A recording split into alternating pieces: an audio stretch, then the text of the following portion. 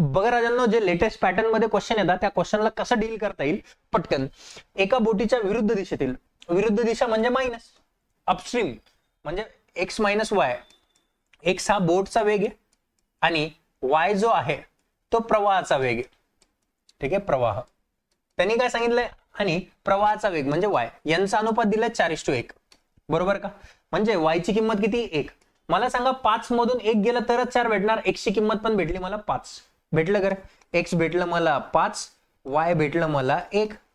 इथून तुम्हाला ह्या किमती भेटल्या, दुनिया विचारू द्या, त्यांनी फाइंड करता येतील. जर त्यांनी 60 किलोमीटर अंतर प्रवाहाच्या दिशेने 2.5 तासात पार करतो तर प्रवाहाचा वेग किती? 60 किलोमीटर अंतर 2.5. मला सांगा 60 ला जर 5 ने भागलं असतं तर किती आलं असतं? डिस्टन्स अपॉन टाइम असतं. ठीक आहे ना.